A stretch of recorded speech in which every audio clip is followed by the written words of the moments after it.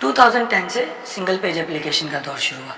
वो इससे पहले से शुरू हो चुका था, लेकिन 2010 ऑनवर्ड्स ऐसी लाइब्रेरीज और फ्रेमवर्क्स आना शुरू हो गए जिनकी मदद से सिंगल पेज एप्लीकेशंस बहुत बेहतर बनने लगी। जैसा कि हमने पहले देखा कि एजेक्स की वजह से जावास्क्रिप्ट में एक चेंज आया और वेब एप्लीकेशंस, वेबसाइट्स ऐसी बनने लगी जो कि native desktop like look and feel दे सकें और आपकी रिक्वेस्ट बैकग्राउंड में चली जाए। jQuery ने उसको स्टैंडर्डाइज किया, लेकिन प्रॉब्लम क्या हुई कि जब आपकी की सारी UI क्लाइंट पर आ गई, business logic, UI manipulation, navigation सब क्लाइंट पर आ गया और सर्वर से आप डेटा मंगवाते थे, डेटा मंगवाकर UI अपडेट कर दिया, जो भी बिजनेस लॉजिक है UI मैनिपुलेशन की और पेज नेविगेशन की वो क्लाइंट पर आ गई। इसको रिच क्लाइंट एप्लीकेशन कहते हैं, यानी कि क्लाइंट पर आपके ब्राउज़र में सारी बिजनेस लॉजिक और क्लाइंट पर रन होने लगी। उसकी वजह से प्रॉब्लम ये हुई कि अगर आप एक पेज से दूसरे पेज में नेविगेट करना चाह रहे हैं तो वो एक प्रॉब्लम बन गया, क्योंकि वो क्लाइंट साइड पे ही चेंज हो रहा है। अब एक पेज से दूसरा पेज तो मूव हो ही नहीं सकता, क्योंकि अब एक HTML पेज खुला हुआ है, उसमें एक पेज है, दूसरा नहीं आ सकता। तो टेक्निक्स आई कि आप एक डिव बना दें, उसमें डेटा दिखाएं, डिव को हटा दें, दूसरा डिव बना दें, उसको हटाएं, तीसरा डिव बना दें। ये टेक्निक्स आ गई थी, उस पर काम हो रहा था, jQuery भी काम कर रही थी, लेकिन कोई प्रॉपर स्ट्रक्चरल वे मौजूद नहीं था कि आप एक एप्लीकेशन बनाएं जिसमें डिफरेंट आपके पेजेस हों और वो सिंगल पेज एप्लीकेशन के तौर पे एक पेज हो, डेस्कटॉप लाइव UI हो, बैकग्राउंड में रिक्वेस्ट जाए और वहीं पर वो डिस्प्ले आए और पेजेस शिफ्ट होते रहें।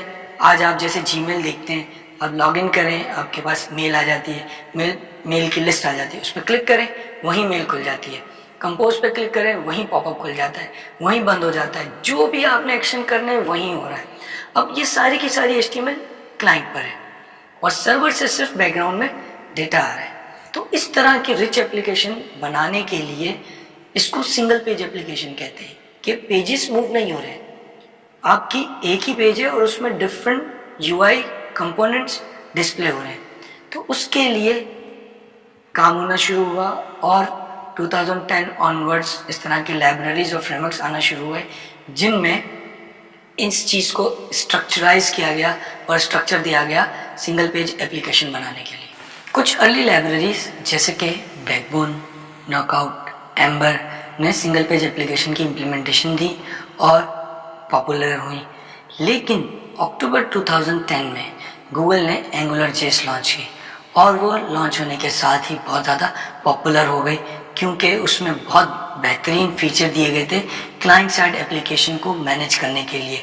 और क्लाइंट साइड एप्लीकेशन डेवलपमेंट में एक मेजर चेंज आ गया।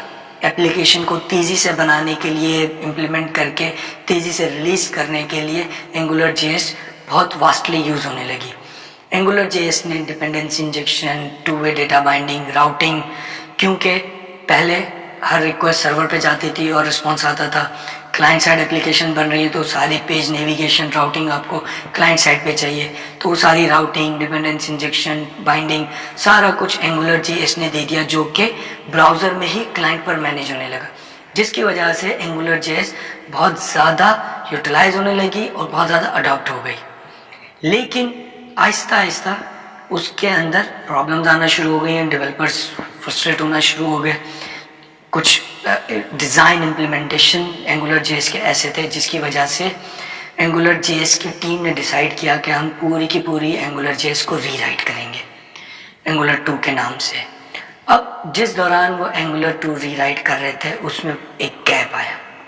उस टाइम पीरियड गैप का फ़ायदा उठाया गया और 2013 में फेसबुक ने एक लाइब्रेरी लॉन्च की React के नाम से। Angular लगा हुआ था Angular 2 बनाने में, रीडिज़ाइन करने में, क्योंकि पूरी फ्रेमवर्क को रीडिज़ाइन किया जा रहा था। इस दौरान फेसबुक ने 2013 में React लॉन्च कर दी और वो भी एक बेहतरीन लाइब्रेरी है, component based architecture, client side सारी चीज़ें, client side architecture, component, routing, पूरा एक बेहतरीन स्टेट मैनेजमेंट, सारी चीज़ें React ने प्रोवाइड कर दी और React की पॉपुलैरिटी बढ़ना शुरू हो गई। आहिस्ता आहिस्ता रिएक्ट पे लोग शिफ्ट होना शुरू हो गए क्योंकि एंगुलर 2 अभी तक लॉन्च नहीं हुई थी। मीनवाइल एक और लाइब्रेरी Vue.js, उसने एंगुलर के और रिएक्ट के बेस्ट फीचर्स उठाए और अपनी कुछ इम्प्लीमेंटेशन के साथ लाइब्रेरी लॉन्च हुई Vue.js के नाम से। इस तरह वेब में इस वक्त और बहुत सारे भी हैं, लेकिन 3 मेजर कंटेंडर हैं, एंगुलर, रिएक्ट और Vue।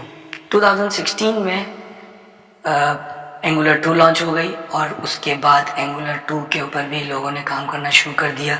तो एंगुलर 2, रिएक्ट और Vue इस वक्त वेब की 3 स्टैंडर्डाइज तो नहीं और बहुत सारे भी फ्रेमवर्क्स मौजूद हैं, लाइब्रेरीज मौजूद हैं, लेकिन ये मोस्ट यूज फ्रेमवर्क्स और लाइब्रेरीज हैं जिस पे लोग बहुत ज़्यादा काम करना चाहते हैं और रिक्वायरमेंट्स भी उसकी ज़्यादा है और उसकी वजह से वेब एप्लीकेशन डेवलपमेंट बहुत फास्ट हो गई। आपको अगर कोई एप्लीकेशन बनानी है तो उसका टाइम पीरियड रिड्यूस हो गया क्योंकि इन फ्रेमवर्क्स और लाइब्रेरीज ने आपको स्टैंडर्डाइज पैटर्न स्ट्रक्चर दे दिया है कि इस स्ट्रक्चर और पैटर्न पे आप काम करें, आपका काम तेज़ी से हो जाएगा। इसकी वजह से क्लाइंट साइड डेवलपमेंट में बहुत ज़्यादा बेनिफिट हुआ, लोगों वेब एप्लीकेशंस बहुत तेज़ी से बनी और जावास्क्रिप्ट को भी बहुत बूस्ट मिला क्योंकि लोगों ने वेब एप्लीकेशन, स्टैंडर्ड एप्लीकेशन बनाना शुरू की, जावास्क्रिप्ट के पर फोकस आया और इन लाइब्रेरीज़ की वजह से भी जावास्क्रिप्ट को बहुत ज़्यादा बेनिफिट मिला।